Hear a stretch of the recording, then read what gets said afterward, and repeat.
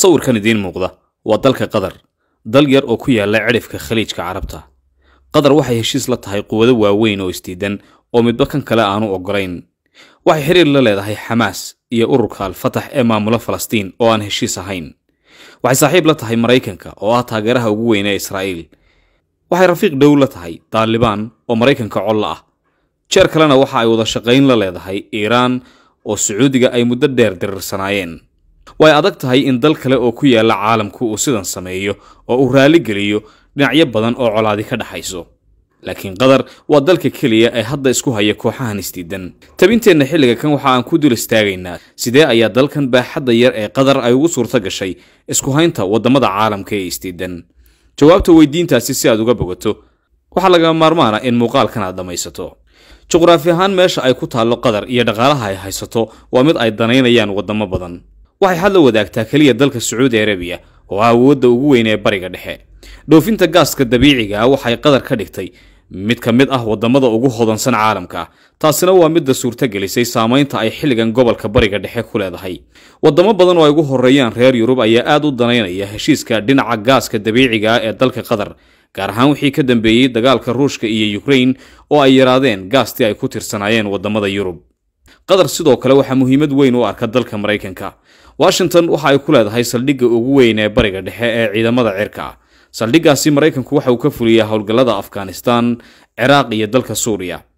sanadkii la soo dhaafay Mareykanku waxa uu ka dhigay Qatar saaxiibka ugu dhow ee aan xubin ka ahayn gaashaanbuurta NATO arrin labaad oo ay Qatar ku kasbatay saameynta gobolka waa telefishinka Al Jazeera oo ah warbaahinta ugu weyn ee bariga dhexe warbixintan oo uu daabacay wargeyska la yiraahdo Financial Times ee dalka Mareykanka waxa uu ciwaan uga dhigay kaalinta ay Qatar ku leedahay xiisadda u dhaxaysa Israa'iil iyo Hamas in ay tahay mid ay ku amaanan tahay wargeysku waxa uu xusay intaasi ay tahay mid ay ka mahadnaqayaan madax badan oo reer galbeed ah gaar ahaan Mareykanka iyo xulafooyinkiisa madaxweynaha Mareykanku hal mar ka badan waxa uu sheegay in Qatar ay tahay xaliifka ugu wanaagsan ee Mareykanku ku leeyahay bariga dhexe dabcan waa marka laga soo tago Israa'iil doorka Qatar ee dhexdhexaadiyaha caalamka Qatar waxa ay isugu yeedhay magaca dhexdhexaadiyaha aragtiyaha istiidan ee caalamka kadib markii kal hore ay martigelisay koobka adduunka danjiraha Qatar u fadhiya Washington waxa uu sheegay wargeyska The Wall Street Journal la yiraahdo in Qatar ay tahay dilaalka daacadda ah ee bariga dhexe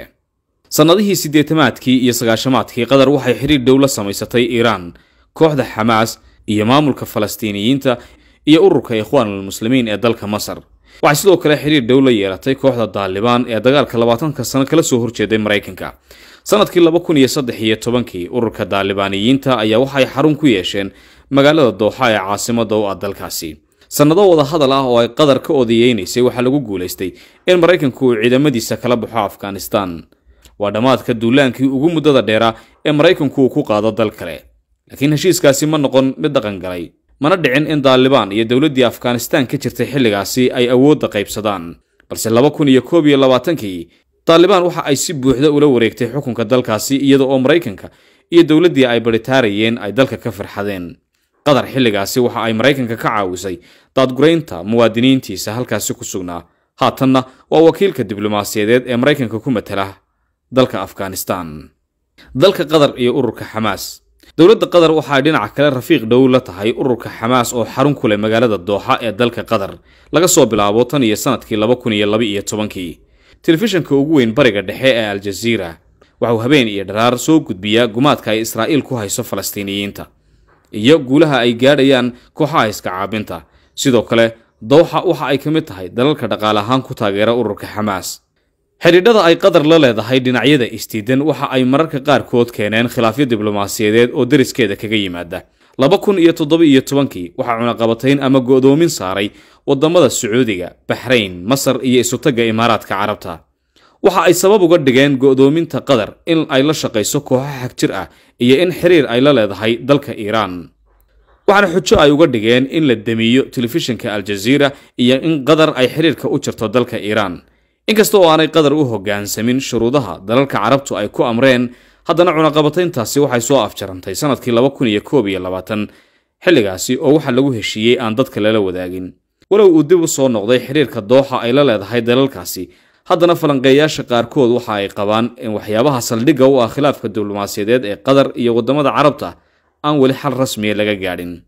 kaalinta Qatar iyo marinka Gaza. Dalka Qatar ayaa haatan waxa uu dhexdhexaadin kaga jira xiisada ka cusbaanaatay marinka Gaza, iyada oo ay Dooxa ku dadaalayso in Xamaas ay sii deyso maxaabiista ay ku qabsatay weerarkii 7 bishii Oktoobar. laakiin geesta kale waxay wadaa dadaal xabadda lagu joojinayo si qorshaheedu uu meel mar u noqdo. Israa'iil ayaa sidoo kale waxay soo dhaweysay doorka dhexdhexaadinta ee Qatar oo ay ku tilmaameen mid xilligan lagama maarmaan ah. wadamo badan ayaa Qatar waxa ay ugu baaqeen in dalkeeda ay ka caydhiso mas'uuliyiinta Xamaas ee halkaasi xarunta ku leh. waxa ku jiray tiro ka badan 100 mudane oo ka tirsan Koongareeska Mareykanka oo warqad arrintaasi ay ku dalbanayaan u gudbiyay madaxweynaha dalkaasi Joe Biden. laakiin Qatar dalabkaasi waa iska diiday, waxaana ay sheegtay in xafiiska Xamaas uga furan dalkeedu uu yahay mid qayb ka ah qorshaha nabadda. talaabadaasi waxa Qatar ku garab taagan qaar ka mid ah xeeldheerayaasha oo aaminsan in haddii Xamaas laga cayriyo dalka Qatar ay saldhig ka dhigan karaan meelo kale sida Iran iyo Suuriya. taasina waa midda xilligan ka dhigaysa dalka Qatar in ay isku hayso quwado waaweyn oo isdiidan.